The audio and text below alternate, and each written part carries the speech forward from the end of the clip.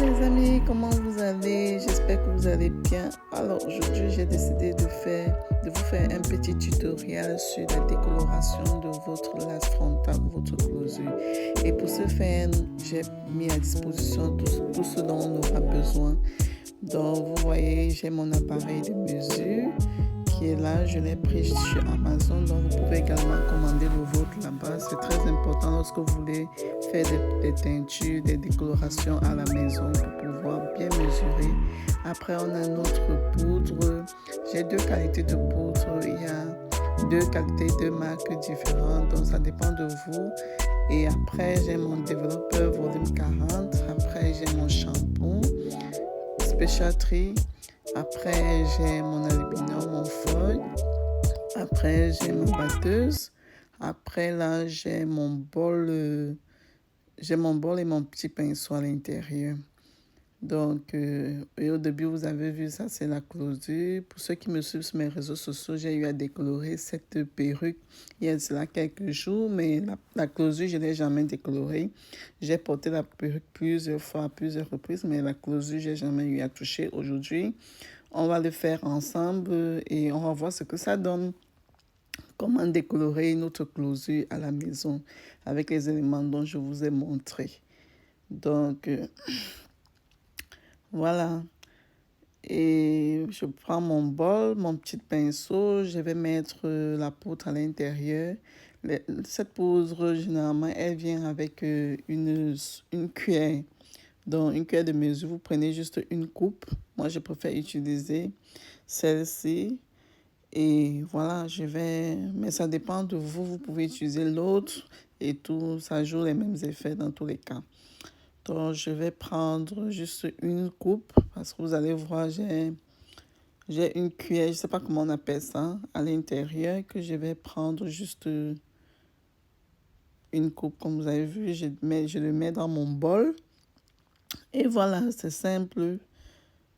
C'est tout ce dont j'aurais besoin, vu qu'il s'agit juste d'une closure. Maintenant, s'il s'agit de toute votre perruque, c'est différent. Vous allez faire le même processus à plusieurs reprises. Donc maintenant, je prends mon appareil de mesure et voilà, je vais l'allumer et l'unité de mesure sera le hausse.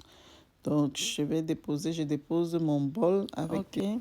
Une fois le bol déposé, je vais prendre mon développeur que je vais mettre... Je vais verser mon développeur à l'intérieur. Je dois mesurer parce que le développeur est très important. Il ne faudrait pas que ça déborde extrêmement.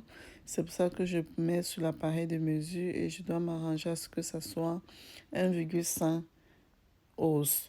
Maintenant, ça peut être légèrement au-dessus, mais il ne faudrait vraiment pas exagérer parce que le développeur, c'est le produit qui va beaucoup rager et j'ai pris le volume 40, donc vous pouvez vous imaginer. Pour des débutants, vous pouvez prendre juste le volume 30 et ça va prendre un peu plus de temps pour pouvoir blanchir, mais bon, c'est parfois mieux.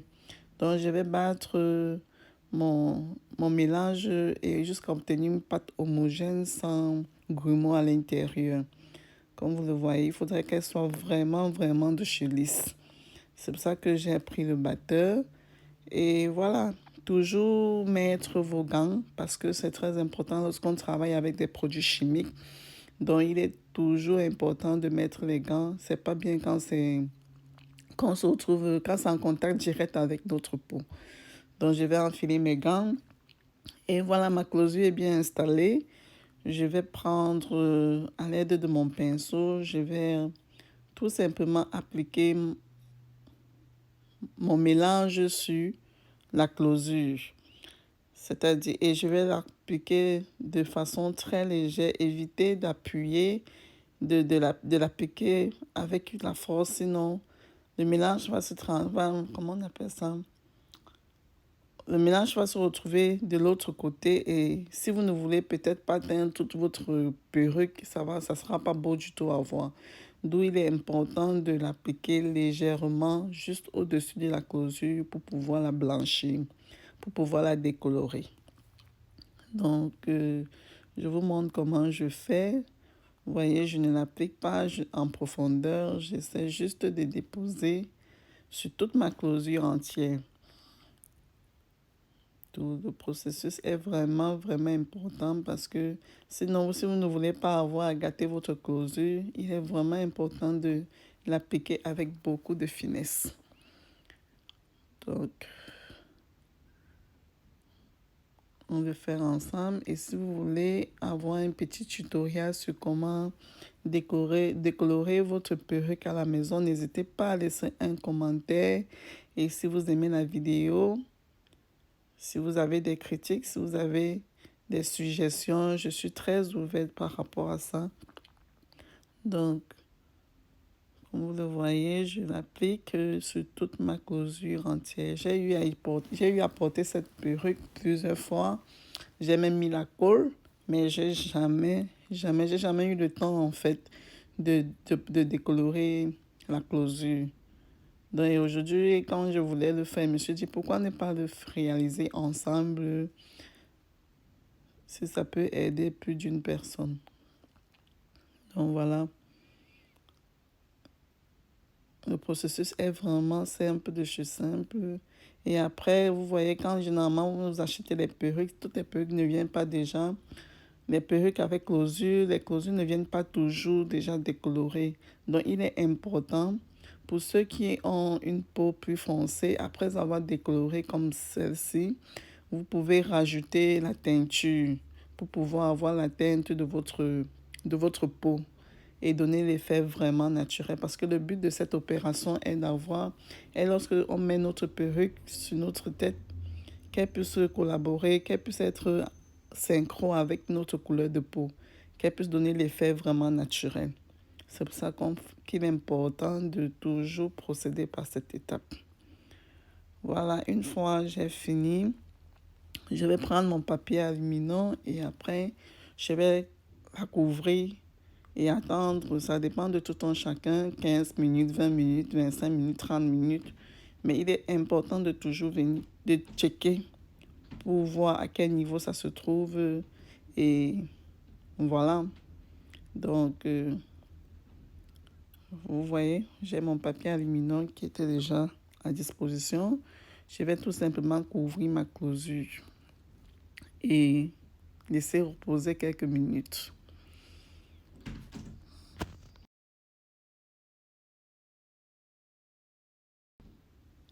Alors, on va laisser reposer quelques minutes. N'hésitez surtout pas à vous abonner à ma chaîne. Et si la vidéo vous a plu, n'hésitez surtout pas aussi à liker, à faire des commentaires.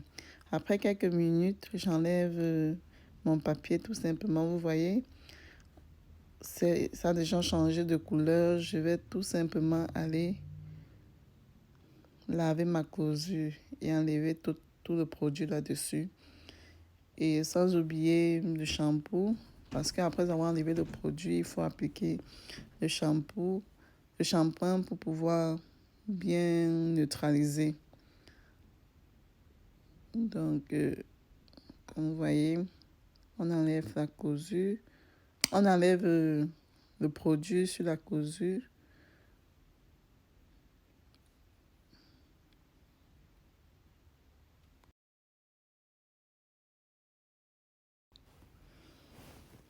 Dès que le produit est tout enlevé, maintenant on pourra tout simplement mettre notre shampoing et la laver correctement pour pouvoir bien neutraliser les couleurs.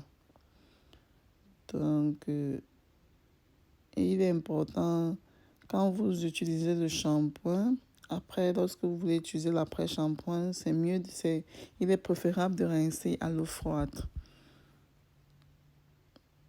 Bon, c'est ce qui est conseillé en fait. Mais maintenant, ça dépend de tout un chacun. Vous voyez, ma closure, elle est propre. Il n'y a plus de produit, je vois plus de nœuds blancs dessus. Donc, voilà. On peut déjà voir la différence, vous voyez. Elle a beaucoup plus la couleur de ma teinte. Donc, comme je vous disais, c'était pour avoir vraiment l'effet naturel. Quand vous mettez, si vous êtes de couleur claire, vous mettez vous teintez votre closure, vous décolorez votre closure de cette façon. Et si vous êtes de couleur pas trop claire, vous pouvez rajouter un peu de teinture marron, noir. Ça dépend vraiment de votre skin, de votre peau. Mais le but, en fait, c'est tout simplement avoir une closure de façon naturelle. Donc, vous voyez, vous pouvez voir le résultat final. La mèche n'est pas séchée. Mais voilà à quoi ça ressemble après une décoloration.